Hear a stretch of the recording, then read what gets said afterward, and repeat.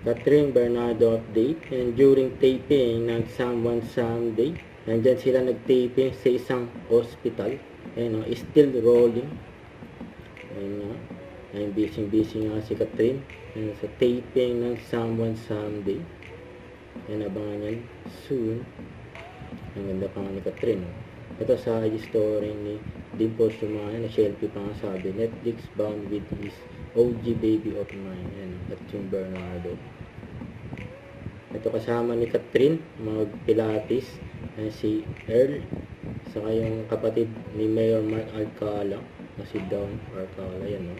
Ayan, magkatabi pa nga yung dalawa. Ito endorsement ni Catherine na TCL at TNT. Ayan, parehas tatlong letter.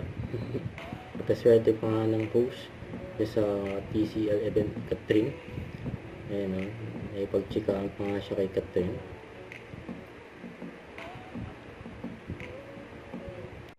Don't forget to subscribe, click the notification bell for more update. This is with your Action Vlog. Stay tuned for more videos. See ya.